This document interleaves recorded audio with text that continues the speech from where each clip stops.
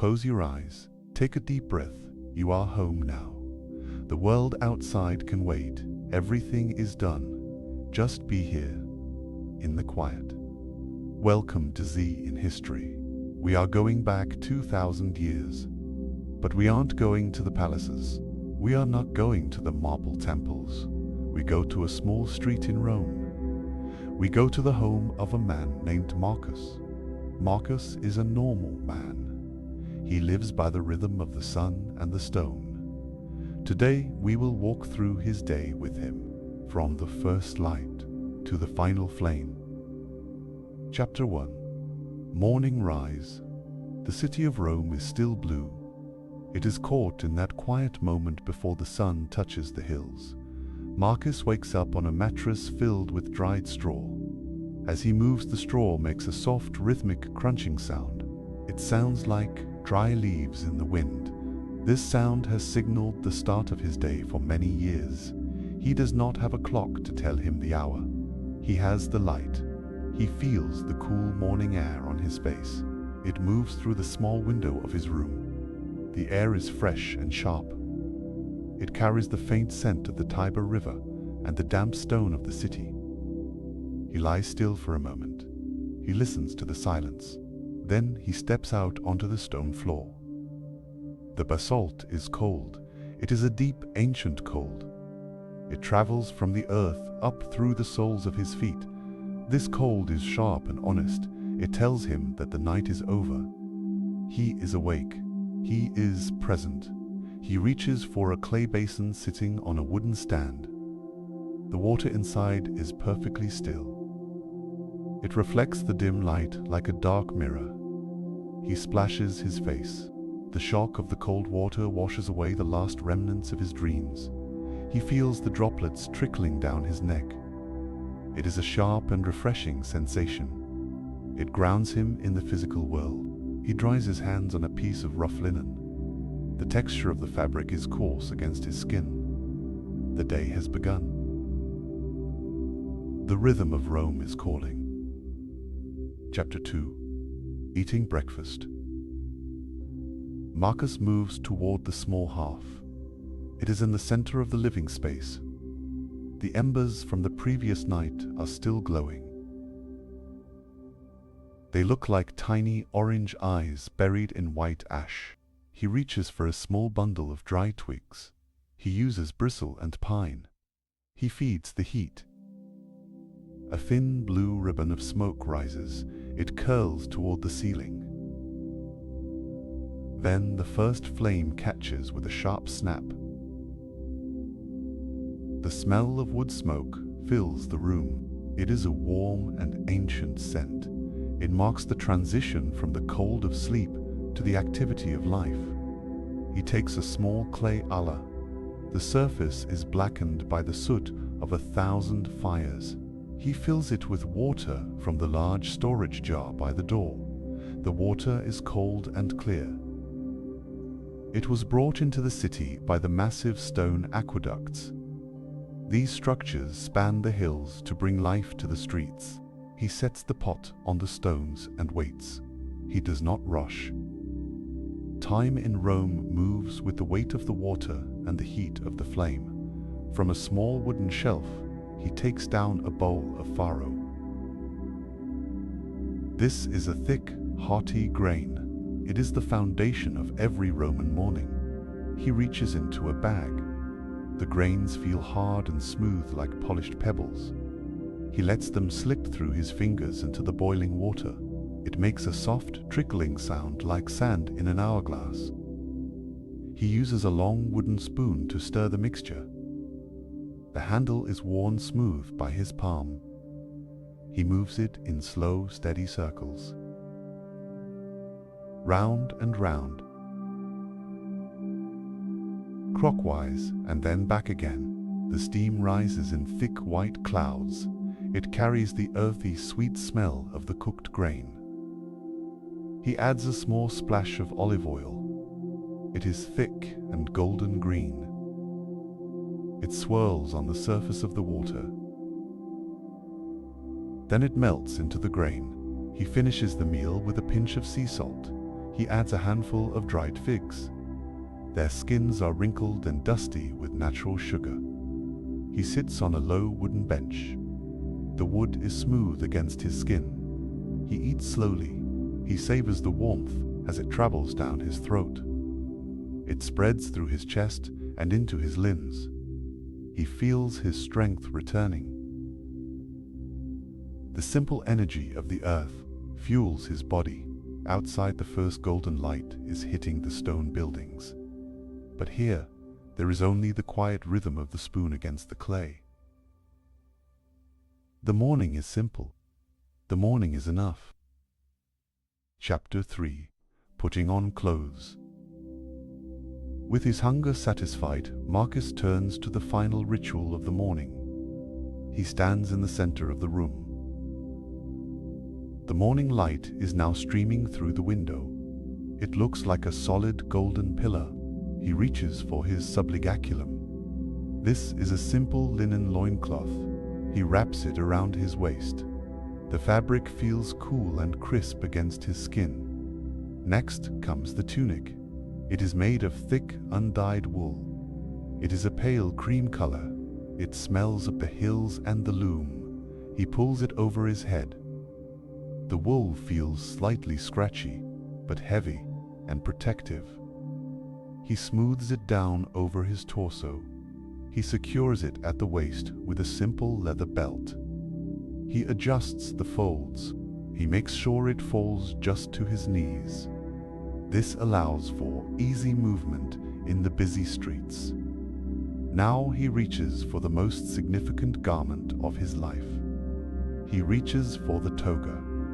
It is a massive piece of fine white wool. It is a heavy semicircle of fabric.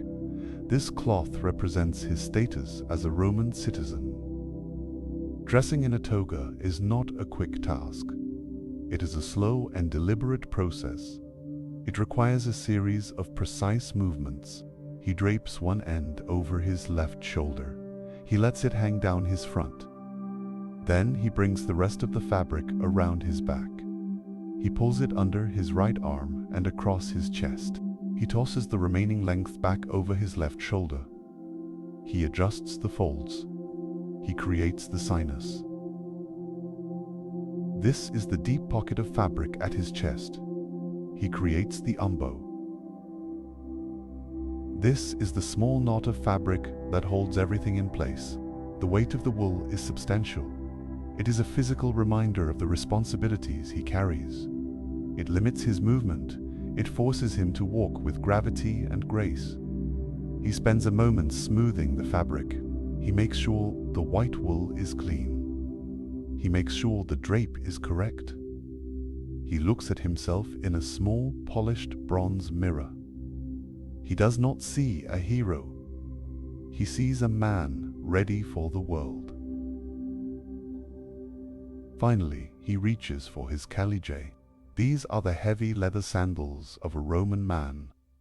The leather is thick and dark. The soles are studded with iron nails. These provide grip on the smooth basalt stones of the city. He sits on the bench. He carefully threads the leather laces through the eyelets. He pulls them tight and ties them around his ankles. Each knot is a commitment to the journey ahead. He stands up. He feels the weight of the iron nails against the stone. Clack, clack. The sound is solid and certain. He picks up a small leather pouch. It contains a few copper coins. He tucks it into the folds of his toga. He is dressed. He is ready. He is Marcus, a citizen of Rome. The city is waiting for him. Chapter 4.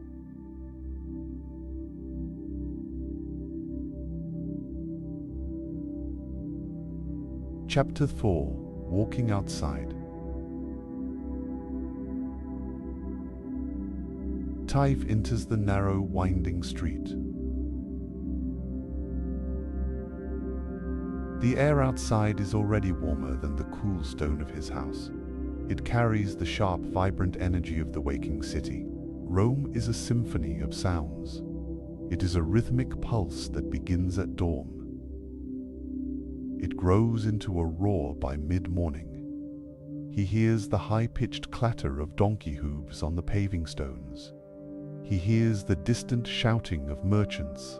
He hears the rhythmic ringing of a blacksmith hammer. Clang, clang, clang. The sound is steady and reassuring. It is a heartbeat for the neighborhood. The streets are narrow. The stone walls of the insulae rise high on either side. These are the tall apartment buildings of the city. The shadows are deep and cool. But where the sun hits the stones, the light is blindingly bright. Marcus walks with a steady, purposeful pace. He does not rush. He moves with the flow of the city. He passes a small shrine at a street corner. It is a marble niche containing a flickering oil lamp. There are a few wilted flowers left as an offering. He pauses for a brief second. It is a silent acknowledgement of the gods of the crossroads. Then he continues toward the heart of the city. He feels the texture of the stones beneath his caligae.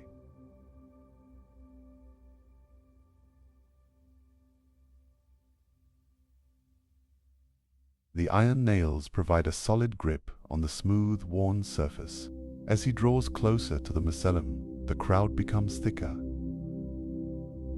The Macellum is the great central market.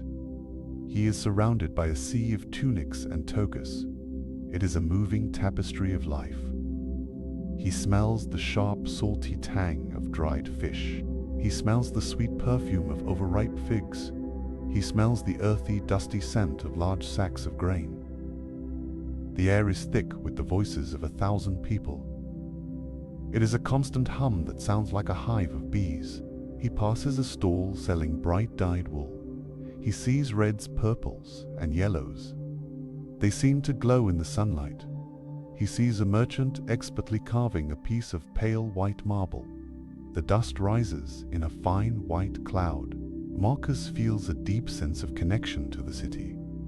He is one thread in a massive living fabric.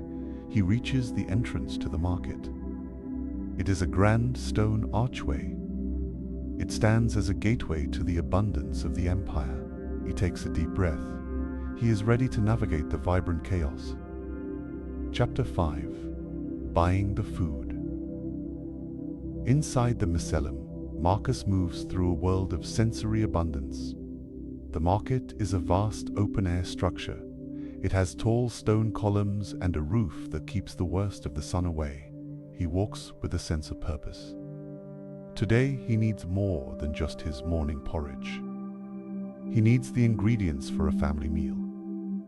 He navigates the crowded aisles. The air is thick with the sense of 1,000 different lives.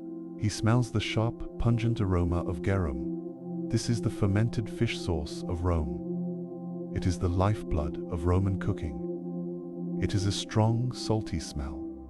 It seems to cling to the very air. He stops at a stall selling vegetables. He sees long green leeks. They are still covered in a fine layer of dark earth. He sees round white onions that glisten in the light. He picks up a bunch of leeks. The stalks feel firm and cool in his hand. He pays the merchant with a single copper coin. The metal is smooth and warm from his pouch. Next he finds a stall selling olives. They are kept in large clay jars filled with salty brine. He reaches in and picks out a handful of small, wrinkled black olives. Their skins are shiny with oil. He puts them into his small cloth bag. He hears the soft, wet thud as they land. The merchant smiles with a toothless grin. Marcus nods in return. The exchange is simple and honest. Finally, he looks for the main part of the meal. He finds a butcher stall. Large pieces of salted pork and dried sausages hang from the wooden rafters. He chooses a piece of salt pork. The fat is white and firm. He watches as the butcher expertly slices it with a sharp iron knife. The movement is quick and rhythmic. Slice, slice, slice. Marcus puts the meat into his bag. He feels its solid weight against his hip. He is satisfied. He has secured the nourishment for his wife and son. He takes one last look around the vibrant market. He sees the bright colors of the fruit and hears the shouting of merchants. It is a world of plenty. It is a testament to the reach of the empire. He turns and begins his walk away from the market. His bag is heavy with the promise of a good meal. The mission is complete. Chapter 6. Checking the time. Marcus leaves the market and finds himself in a small, quiet plaza. The sun is now at its peak. It is the midpoint of the day. In the center of the plaza stands a large stone sundial. It is a solarium. It is a masterpiece of shadow and light. The marble surface is etched with deep, precise lines. Marcus stops for a moment. He watches the shadow of the bronze pointer move. It is a silent and invisible movement, but the shadow tells a complex story. In Rome, time is not fixed. The hours of the day are divided based on the sun. In the summer, the hours are long and slow. In the winter, they are short and quick. This is the logic of the Roman day. The world does not run on a machine. It runs on the light. Marcus watches the tip of the shadow touch a specific line. It is the 6th hour. It is the time of the great pause. He feels the stillness of the plaza. The heat of the sun is a heavy golden weight. He finds a spot in the shade of a tall stone pillar. The marble is cool against his back. He sits and lets his breathing slow down. He listens to the silence of the midday. The busy sounds of the city are distant now. They are a soft hum beyond the walls of the plaza. He thinks about the shadow. It is a constant and inevitable force. It moves whether he watches it or not. It is a part of a much larger system. It is a system that spans the entire empire. Every city has its style. Every man lives by the same shadow. He feels a sense of peace in this shared rhythm. There is no need to rush. The shadow will move at its own pace. He takes a small piece of bread from his bag. He eats it slowly. He savors the simple grain. He is a part of the dial. He is a part of the light. The midday pause is a reset for his mind. He is ready for the second half of his journey. Chapter 7. Paying the rent. With his bag of provisions heavy at his side, Marcus turns away from the quiet plaza. He heads toward the heart of the Subura. This is the densely populated district where his family lives. The streets here are even narrower. The tall insulae buildings lean toward each other. They look like ancient tired giants. The air is cooler in the deep shadows, but it carries a different weight. It carries the smell of many lives living close together. He smells charcoal fires and damp stone. Marcus has another task to complete before he can return home. He must pay the monthly rent for their small third-floor apartment. He reaches the building where the landlord agent keeps a small office. This is on the ground floor. The agent name is Cassius. The office is a tiny room with thick stone walls. It has a single wooden table. Marcus enters the room. The cool air inside is a sharp contrast to the heat of the street. Cassius is sitting behind a table. He has a pile of wax tablets and a small bronze scale in front of him. He is a man with sharp eyes and a weary face. He has the look of someone who has spent too many years counting other people's money. Marcus reaches into the folds of his toga. He pulls out his leather pouch. He carefully counts out the copper sesterity. The metal clicks softly as he places each coin on the table. 1, 2, 3. Cassius watches with a neutral expression. His fingers move rhythmically as he counts the coins along with Marcus. Once the full amount is laid out, Cassius picks up a stylus. This is a sharp iron tool. He makes a mark on a wax tablet. The scratching sound of the metal against the wax is thin and sharp. Scrape, scrape. He then uses a heavy bronze seal to press a mark into the wax. This is the final confirmation of the payment. Marcus feels a sense of relief. The roof over his family head is secure for another month. He puts his empty pouch back into his toga. He nods to Cassius. There is no need for conversation. The transaction is complete. He steps back out into the noise of the Subura. The sun is now high in the sky. He feels the weight of the market bag again. But his heart is lighter. He has fulfilled his obligations. He is heading home. Chapter 8. Filling the water. On his way back to the insula, Marcus passes a public fountain. It is a large carved basin made of grey stone. It is a lacus.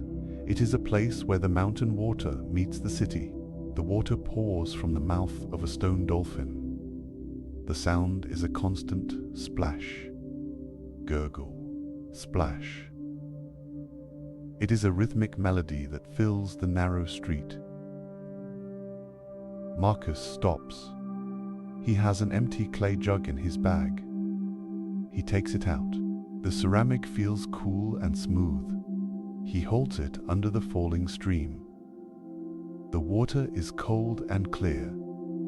It is a gift from the deep springs of the hills.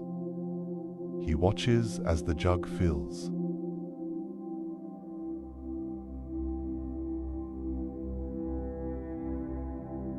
The sound changes as the water rises. It goes from a hollow echo to a deep, full note. Glug, glug, glug. This is the physics of the aqueducts. The water has traveled for miles through stone channels. It has moved by the simple force of gravity. It is a constant and unstoppable flow. It is the lifeblood of Rome. Marcus feels a deep sense of gratitude for this water. It is a luxury that every citizen shares. He splashes a handful of water on his face. It is as crisp as the mountain air. It washes away the dust of the market and the heat of the walk. He watches the small bubbles form on the surface of the basin. They rise and pop in a never-ending cycle. A small bird lands on the edge of the stone. It takes a quick drink before flying away into the shadows. Marcus feels the weight of the full jug in his hand. It is a heavy and solid weight. It is the weight of life. He secures the jug in his bag and continues his walk. The sound of the fountain stays with him. It is a steady beat that matches the rhythm of his own heart. He is almost home. He is carrying the hills back to his family. Chapter 9. Cooking the dinner. Marcus climbs the narrow, steep stairs of his insula. The wooden steps creak rhythmically under his weight. Each step is a familiar beat. It is a count leading him back to the sanctuary of his home. He reaches the 3rd floor. He pushes open the heavy wooden door. The air inside is cooler. It smells of the morning grain and the dry stone of the walls. His wife Livia is there. She greets him with a soft nod of acknowledgement.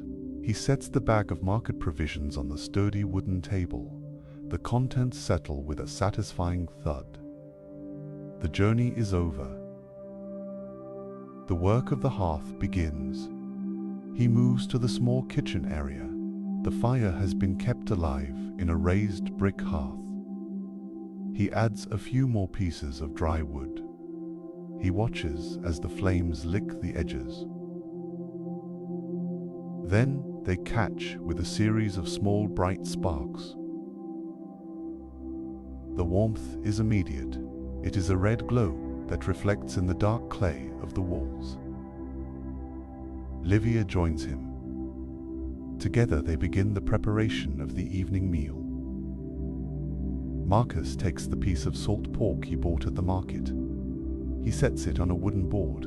He uses a sharp iron knife to slice it into small, even cubes. The movement is steady and precise. Slice, slice, slice, slice. The white fat is firm. The meat has a deep salty aroma. It promises a rich flavor. Livia takes a heavy stone mortar and pestle. She adds a handful of dried herbs. She uses lovage celery seeds and black pepper. She begins to grind them. The sound is a deep, rhythmic scrape grind. It fills the small room. The spicy, earthy fragrance of the crushed herbs fills the air. It mixes with the scent of the wood smoke. Marcus puts the pork into a large clay olla. He adds the sliced leeks and onions. He adds water from the storage jar. The liquid lugs softly as it leaves the jar. He sets the pot over the fire. Soon the water begins to boil. Tiny bubbles rise to the surface and pop. Pop, pop. The kitchen becomes a world of sensory detail. He feels the heat of the fire. He hears the sound of the grinding stone. He smells the growing aroma of the stew. This is the logic of the home. It is a series of simple, purposeful actions. These actions turn raw ingredients into a life-sustaining meal. Marcus stirs the pot with a long wooden spoon. He moves it in slow, steady circles. He feels the weight of the day leaving him. He focuses on the rhythm of the cooking. The home is safe. The meal is coming. Everything is exactly as it should be. Chapter 10. Talking at Home. As the stew simmers on the hearth, the family gathers in the main room. The space is small, but it is their world. It is a sanctuary of shared history and quiet connection. Marcus sits on a low wooden bench. The wood is smooth and cool beneath him. His son Lucius is 12 years old. He is sitting on the floor. He is focusing on a small wooden toy. It is a horse carved from a piece of light-colored cedar. Marcus watches the boy. A sense of quiet pride fills his chest. Lucius is growing strong. His eyes are bright with curiosity. Livia sits near the window. The fading light of the afternoon catches the movement of her hands. She is spinning wool. The distaff is held under her arm. The spindle hangs low toward the floor. With a quick, expert flick of her fingers, she sends the spindle spinning. Whir, whir, whir. It is a steady, hypnotic sound. It marks the pace of the evening. Marcus speaks. His voice is low and calm. He tells them about the market. He tells them about the price of the grain. He describes the bustle of the Forum Boarium. He does not tell them about the weight of the toga. He does not mention the worries of the rent. Instead, he tells them about the bright colors of the dyed wool. He describes the skill of the marble carver. Livia listens. Her eyes follow the spindle. She nods as he speaks. She tells him about her day. She describes the water she fetched from the fountain. She mentions the neighbors she spoke with. She talks about the progress she has made with the spinning. Lucius looks up from his toy. He asks questions about the animals he saw at the market. Marcus answers with a soft chuckle. He describes the donkeys and the chickens. He makes the boy smile. The conversation is simple and light. It is a flowing stream of small talk. It connects them without the need for grand gestures. It is the music of the family. It is a rhythmic exchange of thoughts and feelings. It makes the small apartment feel vast and full of life. Marcus feels the tension of the city completely leaving him. It is replaced by the warmth of this shared space. The world outside can wait. Here, there is only the family and the steady whir of the spindle. Chapter 11. The Family Pet. In the corner of the room, a small movement catches Marcus' eye. It is Velo. He is the family ferret. He has just finished a long afternoon nap. He is a small, lean creature with fur the color of cream and honey. He stretches his body into a long curve. He lets out a tiny, silent yawn. Velo is not a toy. He is a part of the house ecology. He is the guardian against the small mice that try to find the grain. He moves with a quick and silent grace. Tap, tap. His tiny claws make a rhythmic sound on the stone floor. Velo trots over to Marcus. He stands on his hind legs. His nose twitches as he smells the air. He is curious and focused. Marcus reaches down and scratches the ferret behind his ears. The fur is incredibly soft. It feels like the finest wool. Velo closes his eyes and leans into the touch. He lets out a tiny purring sound. It is a vibration of pure contentment. He does not know about the sundial or the aqueducts. He only knows the warmth of the hand and the safety of the room. He is a small reminder of the simple physical joys of life.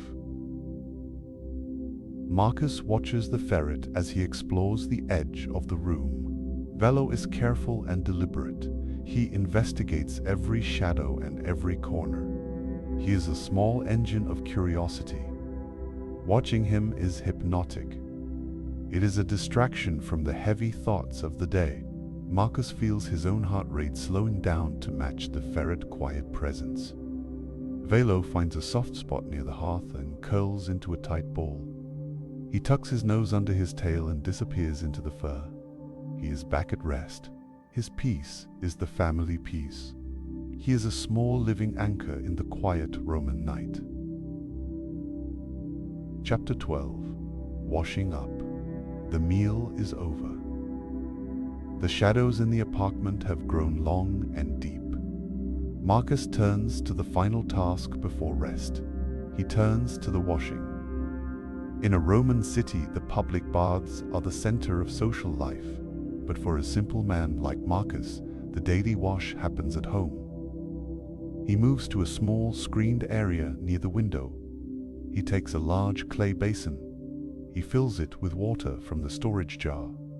The water is cold. It is a sharp, crisp cold. It is a sharp, crisp cold. It has been held by the stone jar throughout the day. He removes his tunic.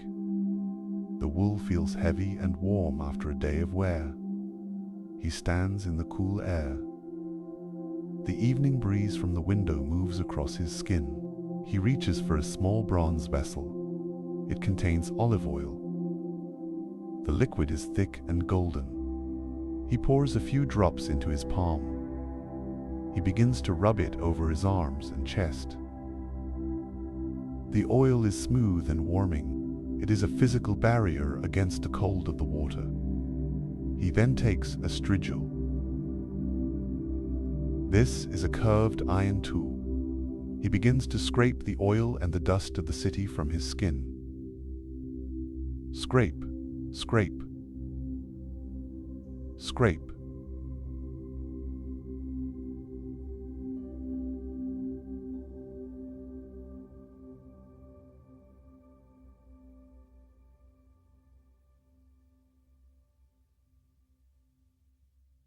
The movement is rhythmic and methodical.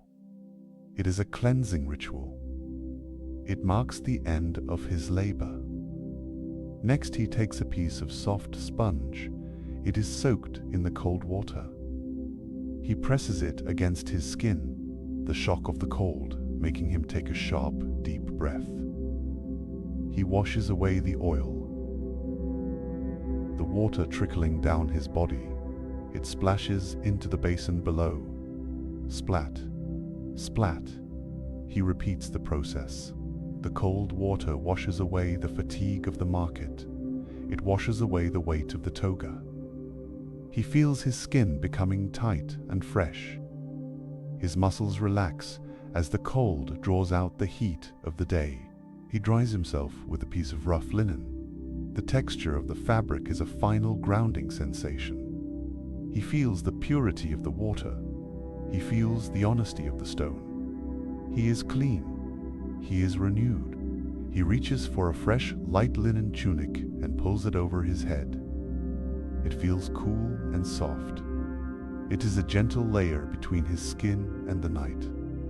He is ready for the darkness. He is ready for the rest. Chapter 13. Going to sleep. The washing is complete. The apartment is now a cave of quiet darkness. It is lit only by the faint dancing flame of a small clay lamp. Marcus moves toward the cubiculum. This is the small bedroom where his family sleeps. The air inside is cool. It smells of the cedar wood of the bed frame. It smells of the dry straw of the mattress. He hears the soft, rhythmic breathing of Lucius. The boy has already drifted into a deep and peaceful sleep. Marcus feels a sense of profound satisfaction. His son is safe. His family is whole. He lies down on the straw mattress. He feels it sink beneath his weight with a soft, familiar crunch. The straw is supportive and grounded. It is a physical connection to the earth and the seasons. He pulls a heavy wool blanket over himself. The fabric is dark and thick. He feels its comforting weight across his chest and legs. He lies still for a moment. He lets the silence of the night settle over him. He hears the distant rhythmic sound of the night watchman boots. He hears them on the basalt stones outside. Clack, clack, clack. It is a reminder that the city is being watched. It is safe even in its rest. He thinks about the day. He thinks about the cold stone of the morning. He remembers the warmth of the grain porridge. He feels the weight of the toga. He sees the vibrant life of the market. He remembers the shadow of the sundial and the splash of the fountain. It has been a good day. It was a day of simple, honest labor and quiet connections. The logic of his life is clear. He has fulfilled his roles as a citizen, a husband and a father. He has provided for his family. He has secured their sanctuary. He feels the tension of the city completely gone. It is replaced by a deep and restorative calm. He looks at the tiny flame of the lamp. He watches it flicker and dance in the still air. Then he reaches out and blows it out. The room becomes perfectly dark. It is a velvety, safe darkness. It holds the promise of the dream. He closes his eyes and lets the world of Rome fade away. He is Marcus. He is home. He is ready to sleep. The night is long. The rest is deep. The night is long. The rest is deep. Sleep now. Sleep.